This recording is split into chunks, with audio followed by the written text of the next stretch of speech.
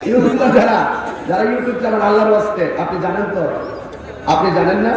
আপনি যদি আমাদের গজলটাকে কেটে নিয়ে কিংবা জিকির কেটে নিয়ে যদি আপনারা এই বাজনা ঢুকায় যদি আপনারা ছেড়ে দেন, আর আপনি ছাইড়া দিয়ে ইউটিউবে ঢুকলো, এখানে 1,000 লোকে সাবস্ক্রাইব করলো, 10 লাখ লোকে দেখলো, 1 মিলিয়ন দেখলো, আপনি মনে করেন 3 দিন করে মারা গেলেন, আপনার চ্যানেলে কিন্তু এগুলো থেকে গেল। তাহলে ওই যে আপনি যে ভালো একটা জিনিস বিকৃতি করে গেলেন, এটার বড় মাস কিন্তু আপনি ঠিকই খাই গেলেন।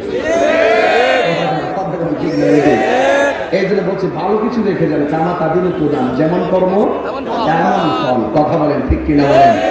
এই যে আমি সঙ্গীত গাইলাম, এটা ছাড়েন না, আপনারা দেখবেন আপনারা আল্লাহ আপনাকে বরকত দিবে। কথা বলেন ঠিক না? আপনি ভালো কিছু ছাড়েন না, অল্প হলেও আপনি মজা পাবেন। কথা বলেন ঠিক কিনা? তাহলে আপনারা ছাড়েন মজা পাবেন। যাই হোক, আমি এগুলো বলতাম না, আমি এমনি বলি না, কারণ বাংলা কথা বলতে গেলে ওগুলো কেটে নিয়ে ছেড়ে দেয় আমার বড় জ্বালা।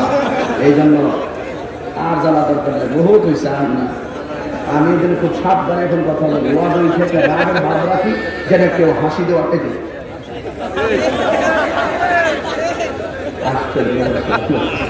তাহলে আজকে থেকে ইউটিউবাররা ভালো কিছু ছাড়বেন ইনশাল্লাহ। কন্যাটা এই যে 40-50টা মিডিয়া যারা আসছেন, আপনারা একটু সুন্দর করে আমাদের ভালো কিছু ছাড়বেন। আমি মাঝে মাঝে কিছু সঙ্গীত গাইবো, এই সঙ্গীতগুলো আমাদের একটা ইমানিতে পাওয়া,